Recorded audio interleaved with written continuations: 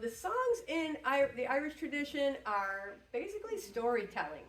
So as we sing songs, we're like the carriers of the story. So it's not so much about the vocal performance, though we try to sing the best we can, but it's more about bringing the stories from generation to generation and keeping that going. That's our mission with Craobh Dugan-O'Looney. Thank you. So the first one that I'm going to kick it off here with the first song is called On Raglan Road. And in 2019, it was voted Ireland's favorite folk song by one of the national newspapers in Ireland. It was written in the 1940s, started out as a poem by a very famous Irish poet called Patrick Kavanagh.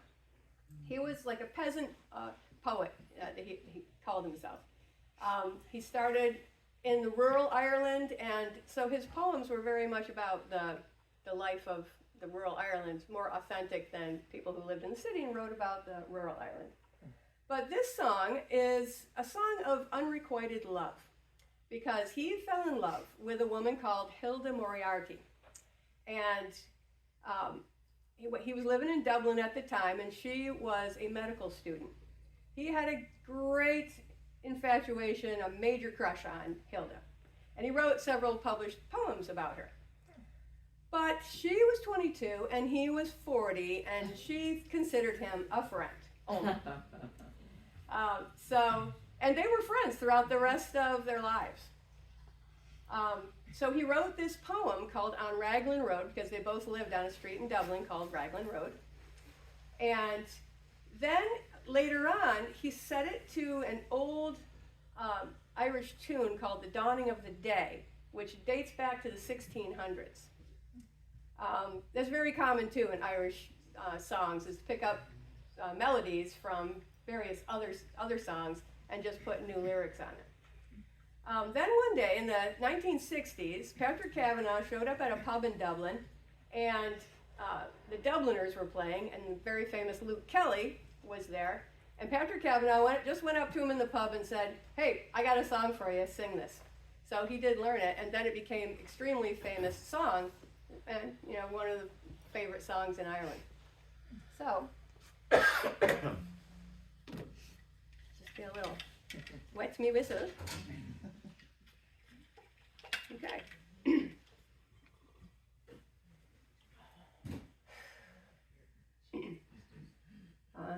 On Raglan Road, on an autumn day, I saw her first and knew that her dark hair would weave a snare that I would one day rue.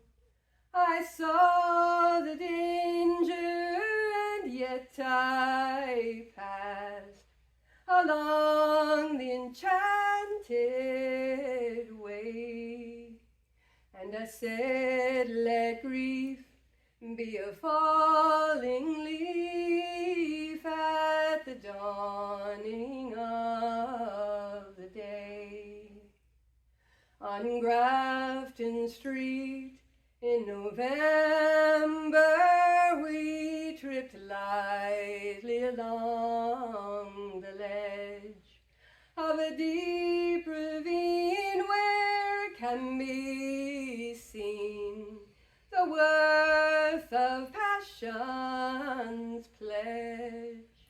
The Queen of Hearts still making tarts, and I'm not making hay. Oh, I love too much, and by such is happiness thrown away. I gave her gifts of the mind, I gave her the secret sign that's known to the artist who haven't known true gods of sound and stone. And word and tint I I gave her poems to say, with her own name there and her own dark hair like clouds over fields of May. On a quiet street where old ghosts meet, I see her walking now, away from me so hurriedly. My reason must allow that I have loved not as I should, a creature made of clay. When the angel woos the clay, he loses his wings at the dawn of day.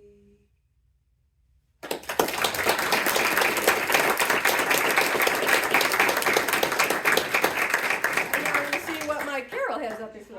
Me next. Okay.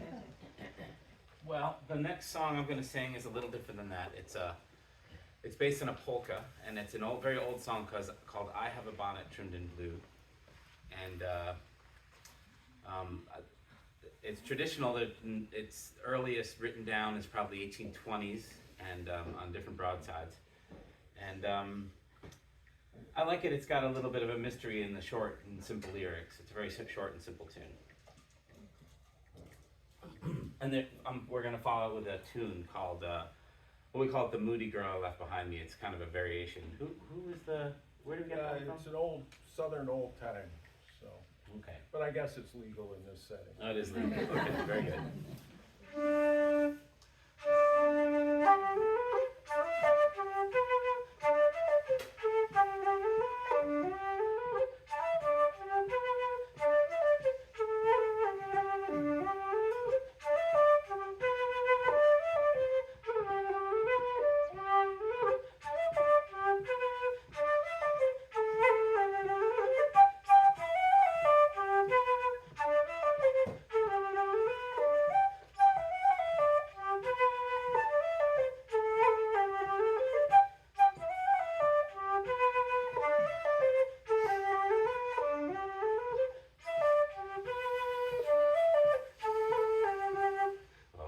Bonnet trimmed with blue, do I wear it? Yes, I do. And do I wear it when I can? Going to the ball with my young man.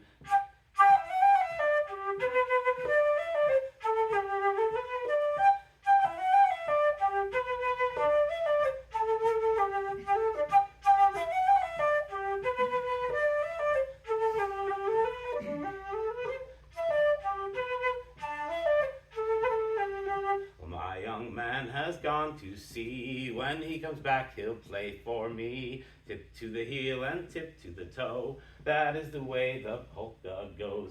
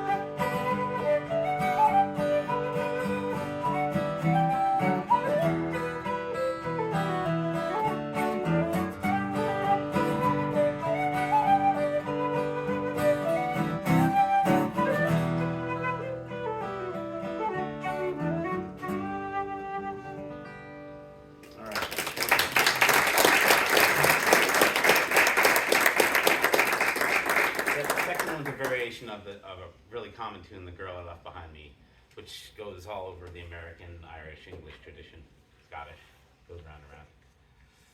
So, And that's Bill. time for question and answer from the audience. Who knows what a broadside is out there, when Mike mentioned that earlier? Oh, yeah. A broadside, back in the day, that was probably the most common way of sharing music.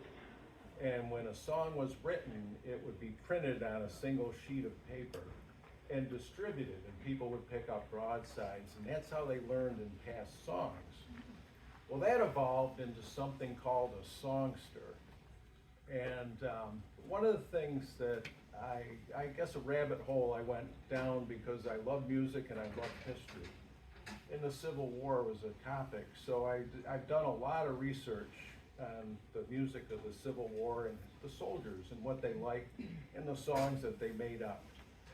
So I'm gonna segue to a songster because I found some great songs in these old songsters.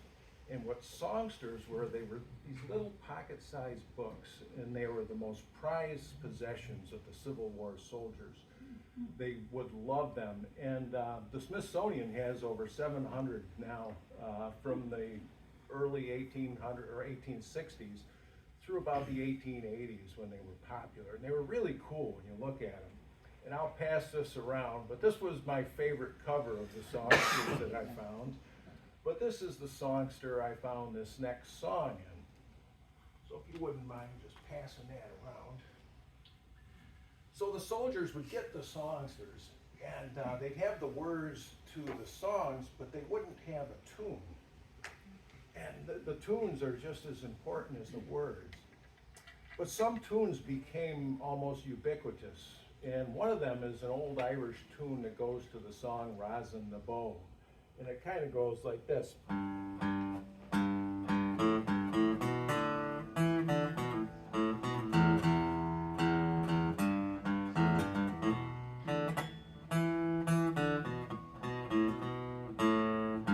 And that's a really poor way to play it, but you get the idea.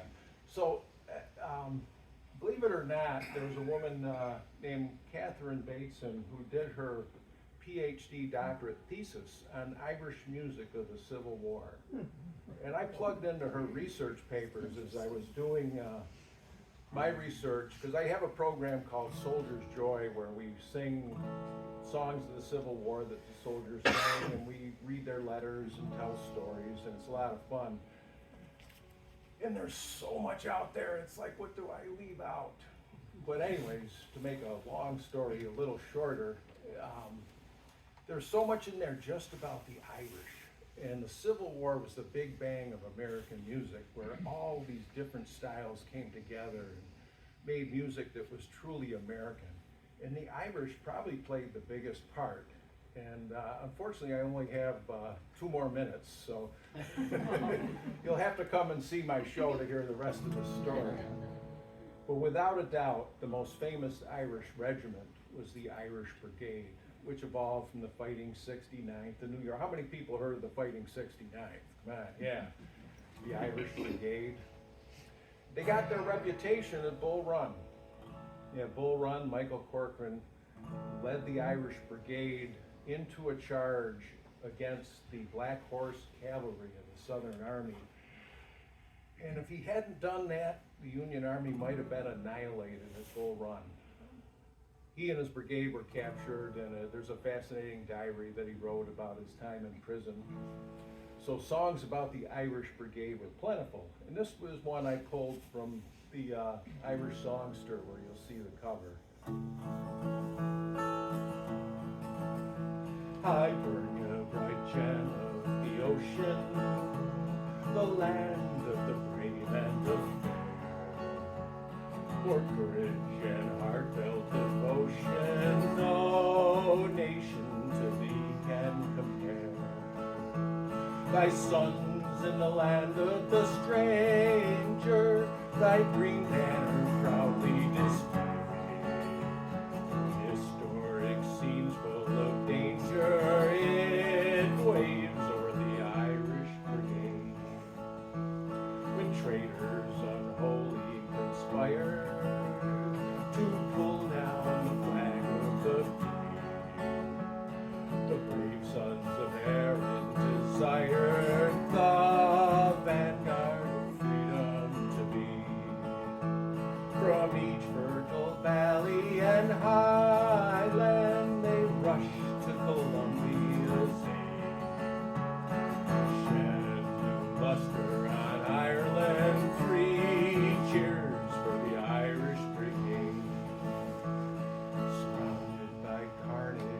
slaughtered at Bull Run and Gettysburg.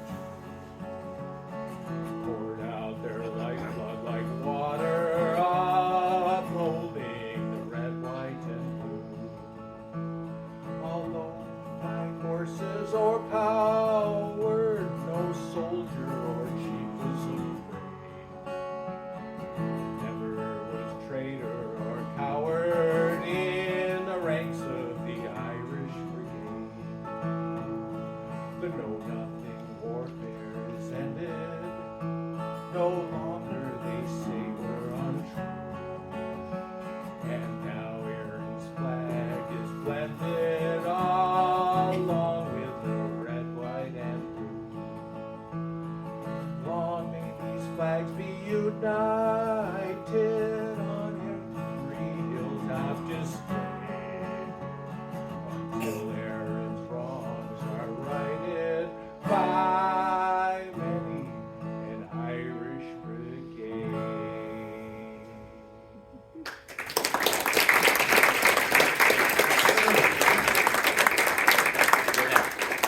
And dancing in. And Right wow, on Just cue. in time. Right on cue. That's okay. Here is Mike Hoke. Timing. He's the Excellent. leader of our band. He got lost today. All right. Do you want to go ahead or have a chance to settle in? Let me just settle in. Okay. All right. How many songs have been sung already? You're just coming around to your turn at the moment. Oh, we're coming around. You waltzed Yeah. in at just the moment. Yep. But do we sing 3 in a row or No. No, we're doing one at a time. one at a time? Going round robin. Okay, I'll All right. go. Okay. All right, look at this guy. Great. cool with that. That's a trooper. Okay, so this is a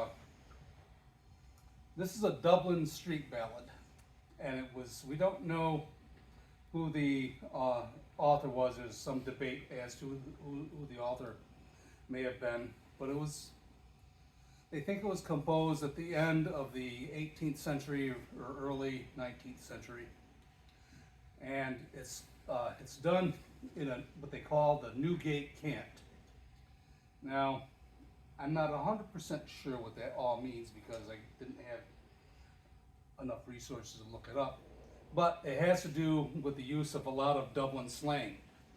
So you hear, it's all sung in English, but you hear a lot of Dublin slang words in there. No kids in the audience. There's 1 or 2 words that sound like a little bit questionable. And it's kind of a dark subject, but it's got a sense of humor to it. It's called The Night Before Larry Was Stretched. Well, let me tell you, the scene is a jail. So you know what happens when Larry's going to get stretched, okay? I don't know what Larry did to get himself stretched. That's not part of the story. But anyways, here goes. Oh, the night before Larry was stretched, all the boys they paid him a visit, and a bit in their sacks too they fetched, for they sweated their duds till they rizzit. For Larry was always the lad, when a friend was condemned to the squeezer, he'd fence all the duds that he had, just to help a poor boy to a sneezer, and to warm up his god before he died. Well, the boys came crowding in fast, and they drew up their stools round about him. 6 limbs on this trap case were placed, for he couldn't be well waked without them. When one of them asked could he die without having been duly repented, says Larry, that's all in me eye, and first by the clergy invented, for to make a fat bit for themselves. Well, I'm sorry, dear Larry, says I, for to see you in this situation, and blister me limbs if I lie. I'd leave as it were me own station. Oh no, it's all over for me, for the neckcloth I care not a button, and this time tomorrow you'll see your Larry as dead as a mutton, and all 'cause his courage was good. Oh, then I'll be cut up like a pie, and me knob from me body be parted. Oh, you're in the wrong book, says I, for blast me if they're so hard-hearted. A chalk on the back of your neck is all that Jack Ketch cares to give you, so mind that such trifles affect. Sure, why would the likes of them grieve you? Now, boys, come tip us the deck. Then the cards being called for they played, until Larry caught one of them cheating, and a dart for his nepper he made. For the boy he was easily heated. Oh, be the hokey, you thief! I'll scuttle your knob with me daddle. You cheat me because I'm in grief. But soon I'll demolish your noddle and leave you your claret to drink. Then the clergy came in with his book, and he spoke him so smooth and so civil, Larry tipped him a Kilmainham look, and he pitched his big wig to the devil. Then sighing he threw back his head, for to get a sweet drop from the bottle, and this time tomorrow he said, that hemp will be round me throttle. Oh, it'll choke my poor windpipe to death. Ah, but sure it's the best way to die, for the devil is ever done living, and you know when the gallows is high, your journey is shorter to heaven. What harasses Larry the most, and it makes his poor soul melancholy, he thinks of the time when his ghost will come in a sheet to sweet Molly, and sure it'll kill her alive. So moving these last words he spoke, we all vented our tears in a shower. For me own part, I thought me heart broke, for to see him cut down like a flower. On his travels we watched him next day. Oh, the throttler, I thought I would kill him, but Larry not one word did say, nor change till he came to King William. The mush of his color turned white. When he came to the old nubbing cheat, he was tied up so neat and so pretty. Oh, the rumbler was jugged from his feet, and he died with his face to the city. He kicked too, but that was all pride, for soon one might see 'twas all over. As soon as the noose was untied, in darkness we waked him in clover, and sent him to take his ground sweat. Shinny.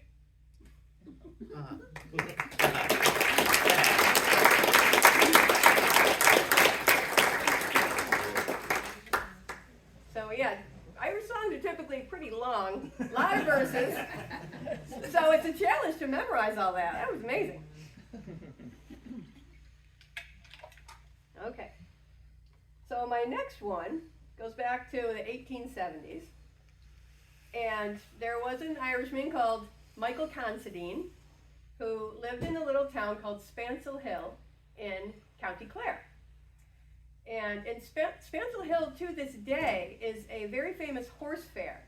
And it's on the 24th of June every year. It's been going for more than 400 years. And they had it last year too, last June, and they'll have it this June also. So they do a lot of trading of the horses, and it's a great social gathering. So that's mentioned in the song.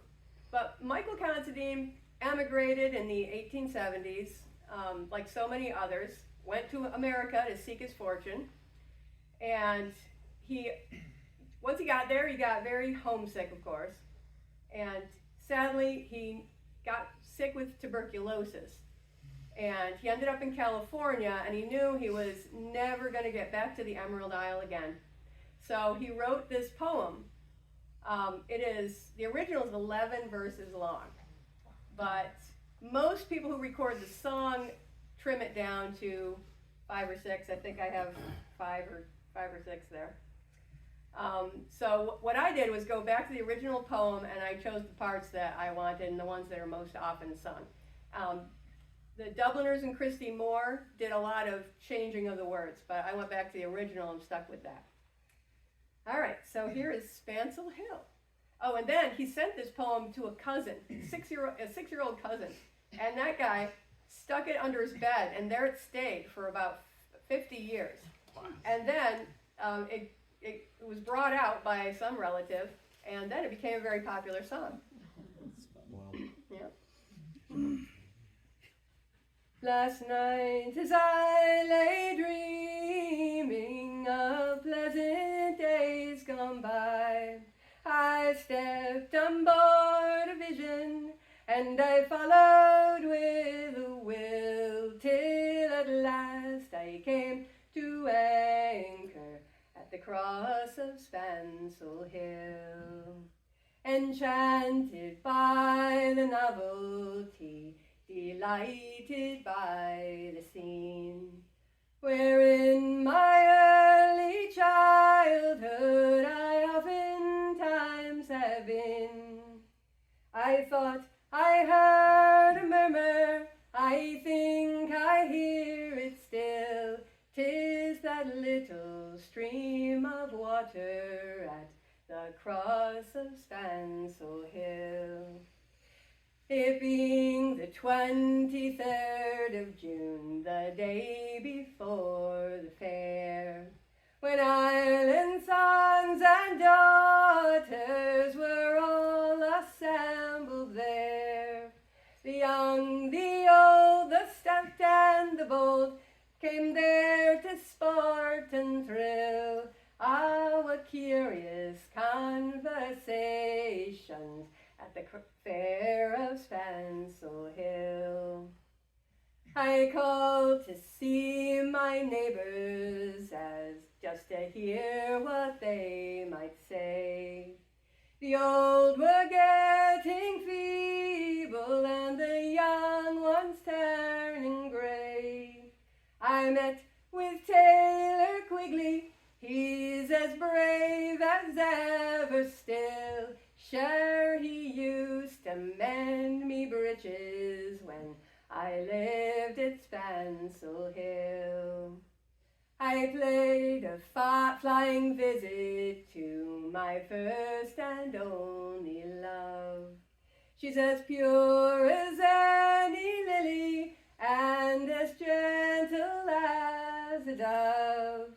She threw her arms around me saying, Mike, I love you still. She is Mac, the ranger's daughter, and the pride of Spancil Hill.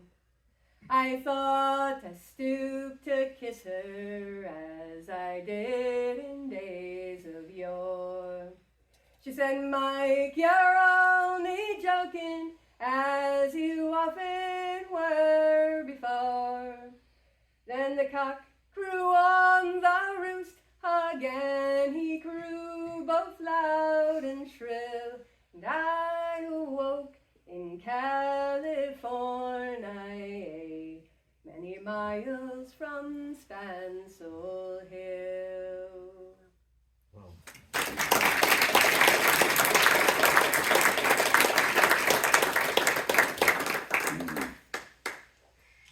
Okay. Well, the next song is a song called Moorloch Mary. And this is one I haven't sang before. I use these events to motivate me, so you guys are the guinea pigs of sorts. But this is an interesting song. It was because of the crew here, you know, all you natural folks who like to go tramping out in the woods. This was kind of an interesting one. It speaks so much about the rural life of Ireland back in. This song was written in 1876 by James Devine, and he mentions 4 different bird species, 4 different mammal species, a river, a lake. He just relishes in the whole natural world, as he's like your first song. It's unrequited love. This guy is in deep. I mean deep. And so he sings his song and he cries and cries. And so let's see, anything more about that. And then there's a few things mentioned in the song just to keep you up to date. Strabane is a place on Moorloch, which is a lake, like Moorloch, in the mountains of Tyrone. And I got this from the singing of Paddy Tunney from Letterkenny in Donegal, which isn't too far from Tyrone.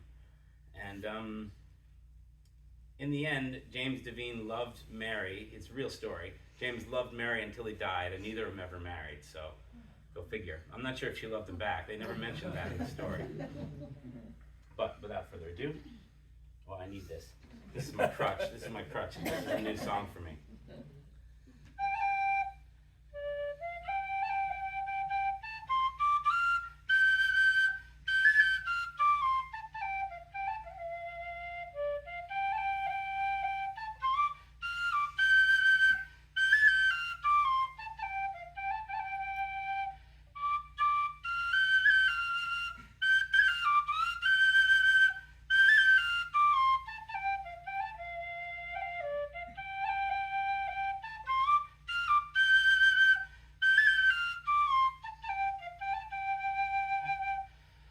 The very first time I saw my Moorloch Mary was in the market of Sweet Strabane.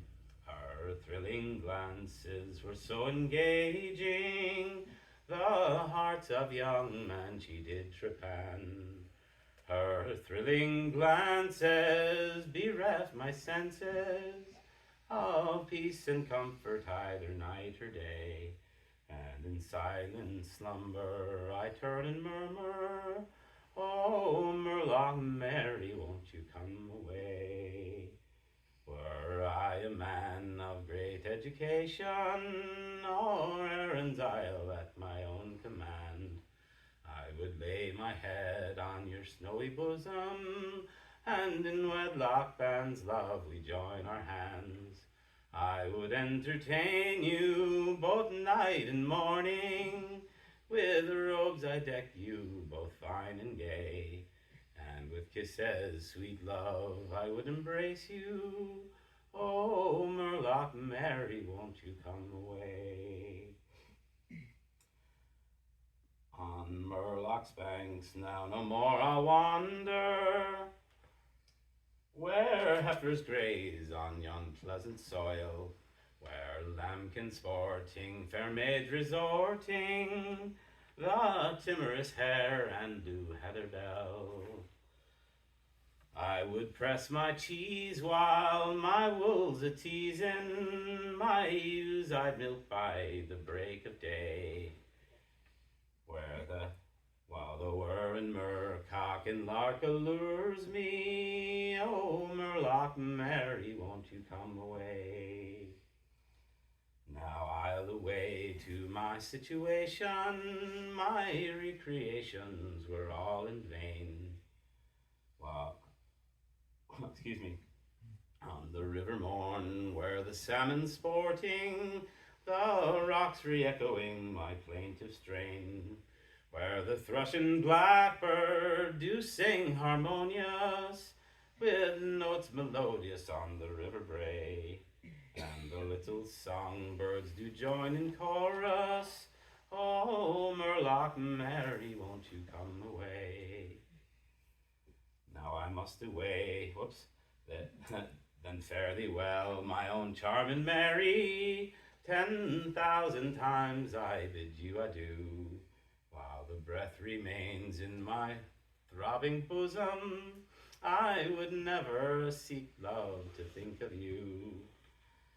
Now I must away to some lonesome valley, where tears bewail in both night and day, in some silent arbor where none shall hear me.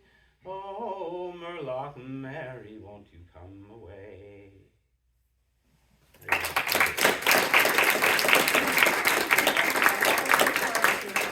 No, she wasn't convinced. No, I mean, having him press his cheese and all didn't really turn him on. I want to slow some people, that's true. Yeah.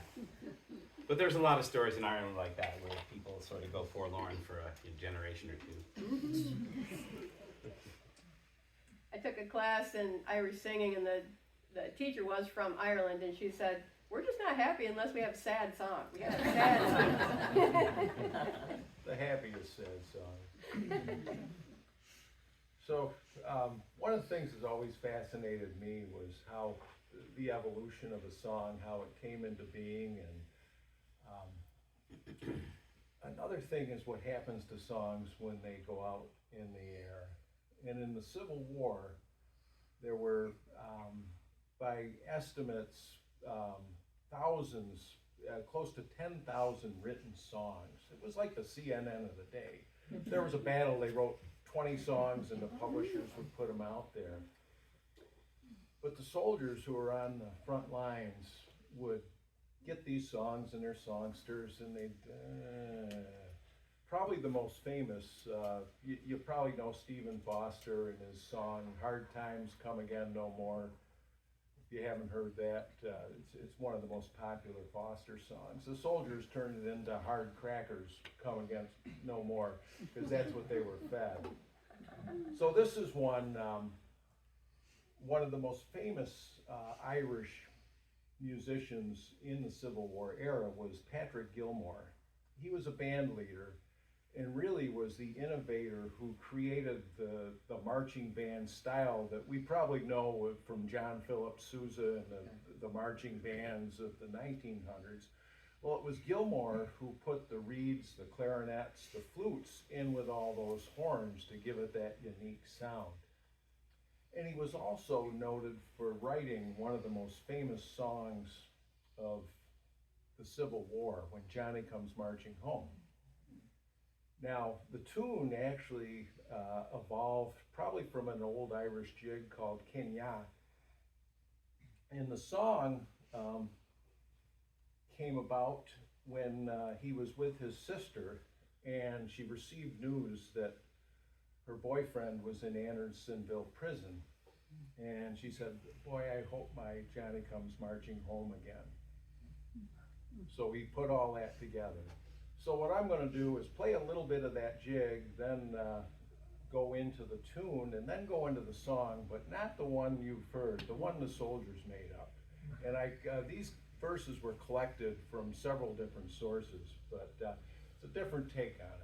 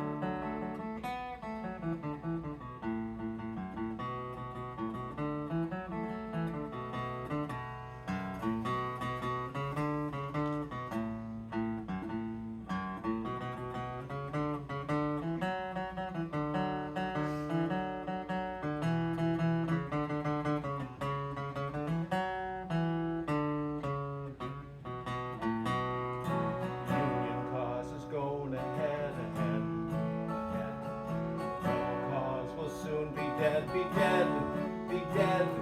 Their game is up, their hope is fled. We'll make them pay for the blood they shed. We'll all drink stone blind, Johnny, fill up the bowl. In 1861, hurrah, boys, hurrah. 1861, hurrah, says I. 1861 is cruel war, it's just begun. We'll all drink stone blind, Johnny, fill up the bowl. In 1862, hurrah, boys, hurrah. In 1862, hurrah, says I. In 1862, we'll whip that goddamn rebel crew. We'll all drink stone blind, Johnny, fill up the bowl. In 1863, hurrah. 1863, hurrah, says I. In 1863, Lincoln said the slaves are free. We'll all drink stone blind, Johnny, fill up the bowl. In 1864, hurrah, boys, hurrah. In 1864, hurrah, says I. In 1864, we'll elect old Abe for 4 years more. Then we'll all drink stone blind, Johnny, fill up the bowl. 1865, hurrah, boys, hurrah. 1865, hurrah, says I. In 1865, we'll take Jeff Davis dead or alive. Then we'll all drink stone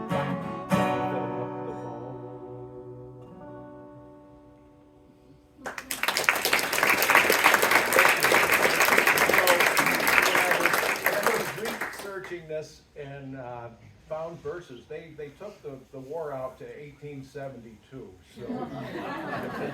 And there's some verses that I wouldn't sing in public. But the soldiers did some amazing things to those popular Civil War songs of the day. Mr. Hoke. Mr. Hope. Okay, this is a song called Ghille Mar, and that's Irish for My Darling Hero, and it's a Jacobite period song.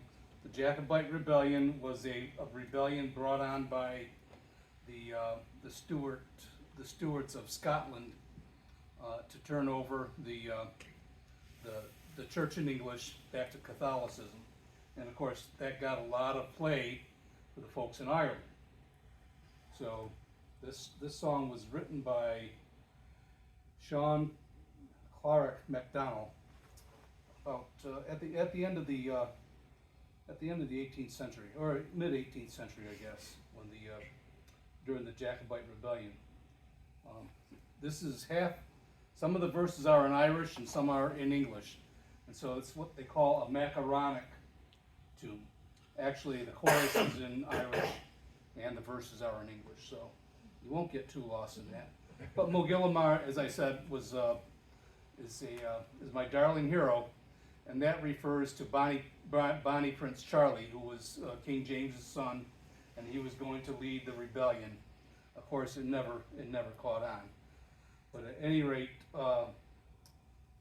Bonnie Prince Charlie is My Darling Hero, and the maiden fair is Ireland itself. It refers to Ireland. So, and I got this version of it from a singer called Len Graham, and he adds a nice verse to it from one of Robert Burns' songs, On the Seas and Far Away. And of course, I like this song because if somebody says, I want you to sing Over the Hills and Far Away, I can do that for you, so you're stuck.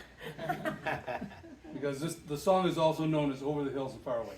So anyways, once there was a maiden fair, now she's widowed, old and gray.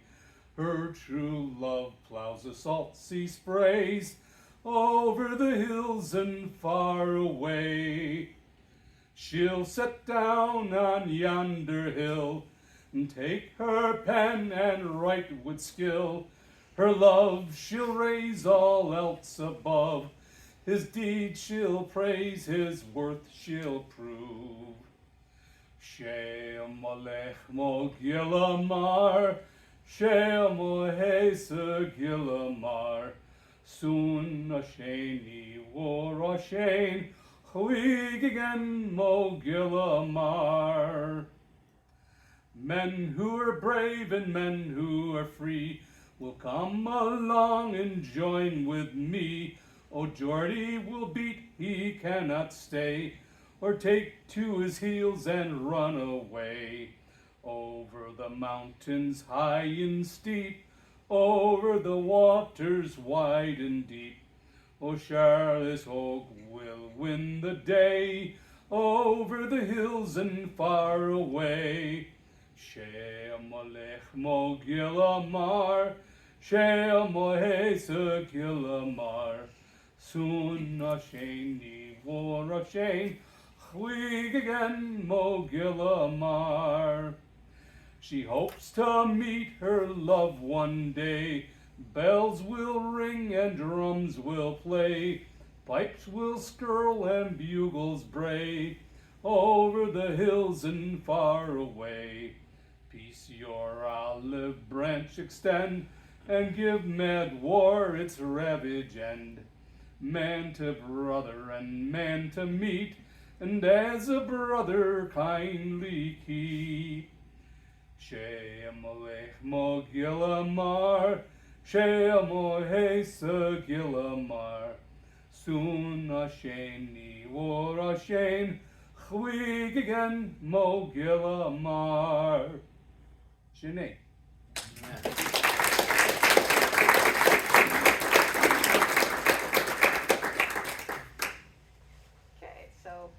my third one is called Master McGrath. And when Luke Kelly sang this song with the Dubliners, he introduced it as a song about the only Irish victory on English soil. And it wasn't a military victory, it was a greyhound dog race. So it was a very popular sport. It was called coursing. And it was based on a hunting tradition. So they would set the greyhounds loose to catch a rabbit, a hare. And it was a cross-country race, kind of like a steeplechase. So Master McGrath was the run to the litter. He was a tiny little pup, and they were going to throw him in the river. So that's what they did with, ones they didn't want to raise. And Master McGrath, though, just floated down the river, and this little kid fished him out of the river. Well, that kid's last name was McGrath. So that's how he got his name, Master McGrath. Now, that's a good story. No one knows for sure whether it's true, because in Irish stories, you never let the truth get in the way of a good story. So that's the story of how he got his name. So they did finally see that he had some potential. So they trained him up, and he actually won the Waterloo Cup in England in 1868, 1868, 1869, and 1871. And the song is about his 1869 win. I guess that was his most famous one. He didn't win in 1870 because they were going across the marshy area, and the dogs all fell through the ice into the water. Well, somebody managed to rescue him, Master McGrath. He survived, recovered, and won the Waterloo Classic again in 1871. So this is a song glorifying Master McGrath. And there's a statue of him in County Armagh, too, where he came from. That's what I love about Ireland. Here we have statues of generals and military. There they have statues of poets, authors, musicians, and dogs. Fairy ghosts. Fairy ghost, too, that's another one. 1869 being the date and the year when the Waterloo sportsmen in Mar did appear to win the great prize and to carry it to Wa, never counting on Ireland and Master McGrath. On the 12th of December, that day of renown, McGrath and his keeper, they left Lurgan town. When a gale in the channel, it soon drove them o'er. On the 13th they landed on fair England's shore. And when they arrived there in big London town, those grand English sportsmen were all gathered round, when one of those gentlemen gave a ha-ha, saying, "Is that the great dog you call Master McGrath?" Lord Lurgan stepped forward and he said, "Gentlemen, is there any among you have money to spend for a great English greyhounds? I don't care a straw. 5,000 to 1 upon Master McGrath." White Rose stood uncovered, that great English pride. Her trainer and owner were both by her side. They led her away and the crowd cried hurrah for the pride of all England and Master McGrath. As Rose and the Master, they both ran along. "I wonder," says Rose, "what took you from your home? You should have stayed there in your Irish domain, and not come to gain laurels on Albion's plain." "Well, I know," says McGrath, "we have wild heather bogs, but you find in old Ireland we have good men and dogs. Lead on, bold Britannia, give none of your jaw. Snuff that up your nostrils," says Master McGrath. Well, the hare, she led off, what a beautiful view. As swift as the wind o'er the green field she flew. He jumped on the hare's back and he raised up his paw. 3 cheers for old Ireland, said Master McGrath. I've known many greyhounds that filled me with pride. In the days that are gone, and it can't be denied, but the greatest and the bravest the world ever saw was our champion of champions, Bold Master McGrath.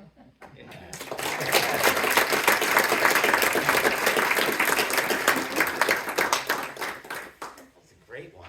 I like that one. I have one about a horse race similar to that. Same thing, a real horse race that was. Sportsmen were a big deal back then. A lot of money to be spent at a horse race back then. But the song I'm going to sing is called, you may have heard it, it's called the Old Orange Flute. And it was made popular by lots of folks, the Dubliners and the Clancy brothers. My mother was a big fan of the Clancy brothers, so that's where I heard it as a kid so much. And let's see, what about the Old Orange Flute? It was traditional, somewhere in the 19th century. No known author. I got it from the Clancy brothers, and it takes place in Tyrone, in the north of Ireland, and in the heart of the north. And it alludes to the whole the issue between Protestants and Catholics. It's not a happy rivalry at all, and it still goes on. It's quieter than it's been, but in the past it was a lot more serious. A few things referred to in the song that just to keep so everyone is on board as you get there. Is the 12th of July, they refer to, that's the Battle of the Boyne, and it's a really important day to the Orangemen in the north of Ireland, to the Protestants, or the Orangemen. And in case you didn't know, a Papist is a Catholic, so we'll mention the Papists in there. And the Battle of the Boyne was when Ireland was absolutely secured by the English, and it became English country, well, up until not too long ago. And it's the big day of parades for Protestants. The song is cool because it mentions all these really interesting old songs, these orange songs. So the Protestant songs are all very they liked winning. Let's put it that way. Like the Protestant boys, Croppies Lie Down. You'll hear mentioned. Croppies are Catholics. Kick the Pope was a great name, of course. Boyne Water. These are songs that the flute likes to play, but not everyone else does. So, and in this story, Bob Williamson, he's a fine Orangeman, and he does the big sin. He marries a Papist, and he takes his orange flute with him down to Connacht, down to the south of Ireland where Catholics are, and the flute doesn't like the move so much.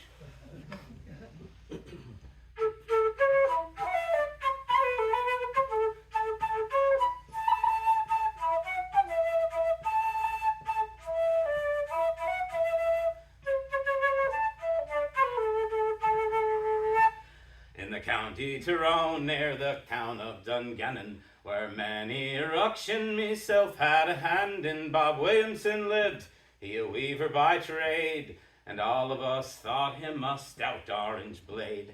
On the 12th of July, as it yearly did come, Bob played with his flute to the sound of the drum. You may talk of your harp, your piano, or lute, but none could compare to his old orange flute. But Bob the deceiver, he took us all in. Well, he married a Papist called Bridget McGinn, turned Papist himself and forsook the old cause that brought us our freedom, religion, and laws. Now the boys of the place made some comments upon it, and Bob had to fly to the province of Connacht. Took with him his wife and his vixens to boot, and along with the latter his old orange flute. At the chapel on Sunday to atone for past deeds, said his paters and aves and counted his beads. And after some time, at the priest's own desire, well, he went with the old flute to play in the choir.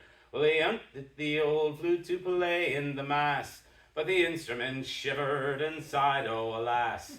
Tried all he would, though it made a great noise, that flute would play only the Protestant boys.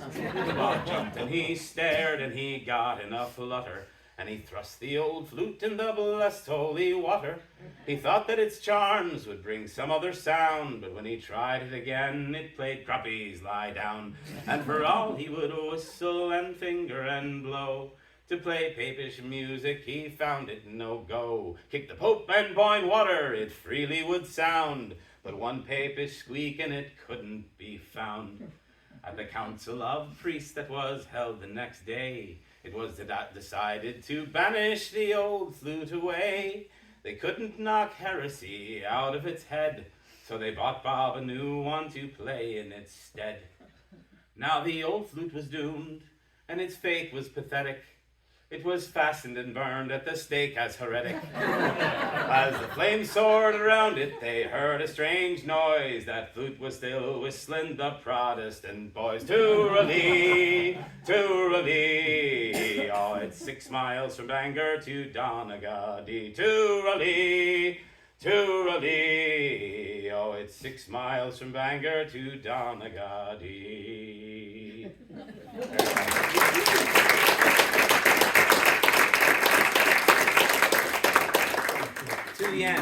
To the end. And what I like about that song too is everyone gets made fun of. Catholics, Protestants, everyone gets poked at. So it's good satire. Tough one to follow. You know, the Irish experience in the Civil War, it affected Irishmen in many ways. You think of the time, the 1850s, where the famine, and they were fleeing Ireland. The persecution from the English was near peak.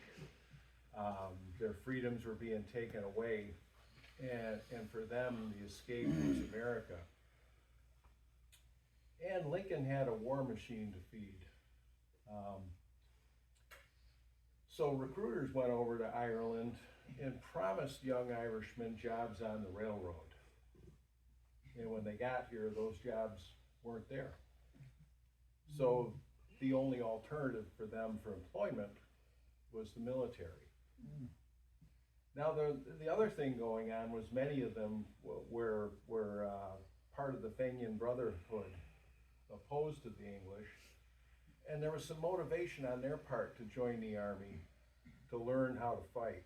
And I don't know, did anybody heard of the Fenian raids after the Civil War? When the Irish soldiers from the Civil War invaded Canada, that was kind of their ulterior motive, to build their own army so they could strike back at the English. So they're proud of their reputation as fighting men. And it was so good that Stonewall Jackson was quoted once as looking out over the enemy lines and seeing the green flag with the harp. There's that damn green flag again. So there aren't too many songs that I found that really, from the day, that encapsulate the Irish experience. But have you heard of Steve Earle? Nobody writes songs like Steve Earle. I mean, he can write a song that sounds 100 years old. And he wrote this song called Dixieland.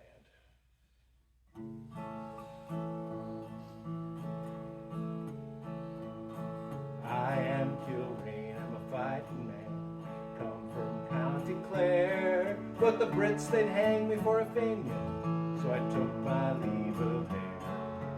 Crossed the ocean on the Ariane, by this tub afloat. Captain's brother was a railroad man, he met us at the road. So I joined up with the 20th Maine, like I said, my friend, I'm a fighting man. We're marching south in the pouring rain, we're all going down to Dixieland. I am Kilrain, the 20th Maine, we fight for Chamberlain, 'cause he stood right with us when the Johnnies came, like a banshee on the wind. When the smoke cleared out of Gettysburg, many a mother wept, many a good boy died there, the air it smelled like death. I am Kilrain of the 20th Maine, I marched to hell and back again, for Colonel Joshua Chamberlain, we're all going down to Dixieland. I am Kilrain of the 20th Maine, I damn all gentlemen, whose only worth is their father's name and the sweat of a working man. We come from the farms, the city streets, 100 spilled our blood on the battlefield. Now we're all Americans. I had to kill rain the 20th Maine. Did I tell you, friend, I'm a black man? I'll not be back this way again. 'Cause we're all going down to Dixieland.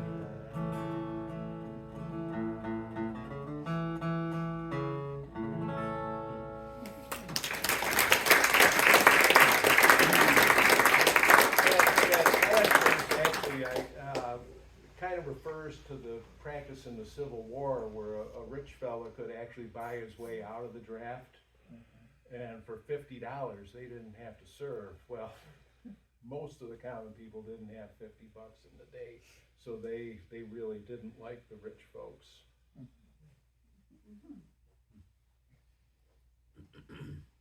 Hey, no. Another Dublin street ballad. So this one was written by a fellow named Tommy Winters. He wrote it about 1912, 1913.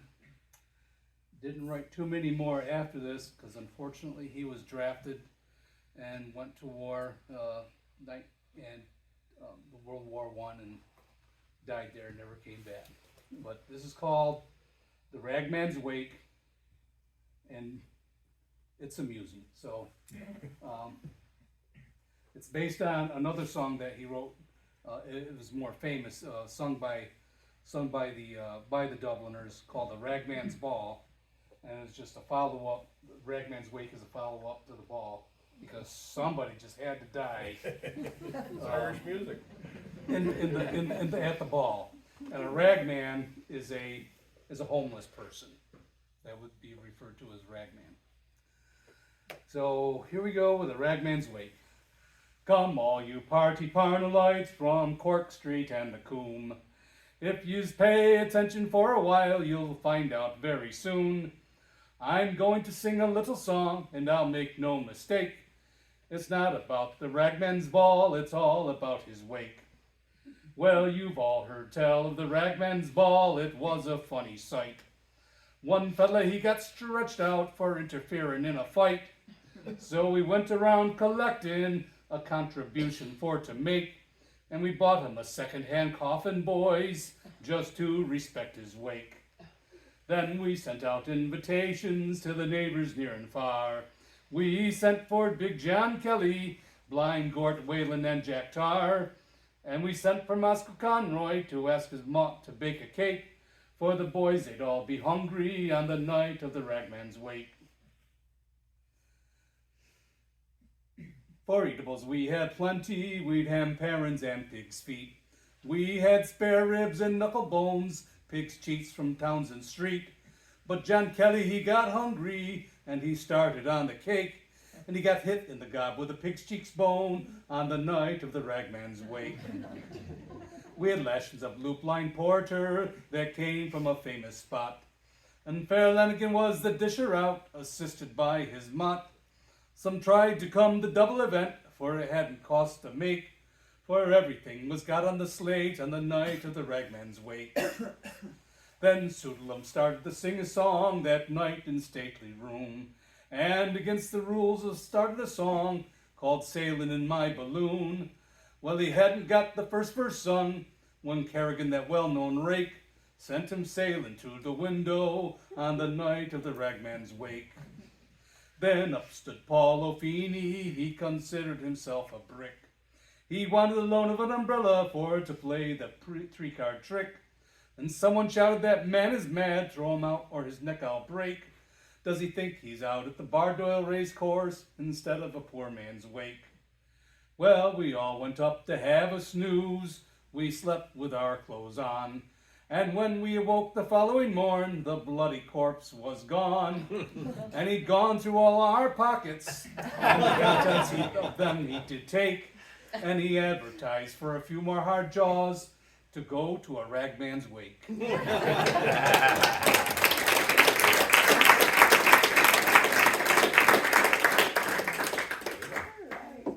Well, thanks so much for coming out. We had a lot of fun. I hope you guys did.